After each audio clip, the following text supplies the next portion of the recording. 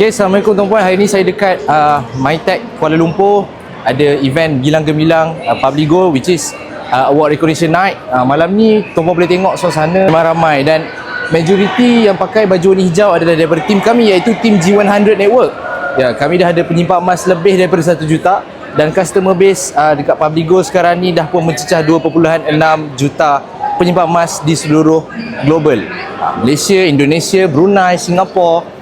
Okay, jadi dan malam ni adalah award yang di mana kita raikan kejayaan orang yang telah pun membantu orang menyimpan emas pada financial year tahun kewangannya tahun lepas. Jadi tuan-puan boleh tengok, kalau tuan-puan berpeluang menjadi salah seorang penyimpan emas di bawah bimbingan Public Goal, di bawah tim G100 Network, tuan-puan juga berpeluang untuk hadir ke dalam event-event Gilang Gemilang seperti Award Recognition Night seperti ini. InsyaAllah tuan-puan hadir melihat kejayaan untuk mencipta kejayaan. Success predictable. See you at the top. Assalamualaikum.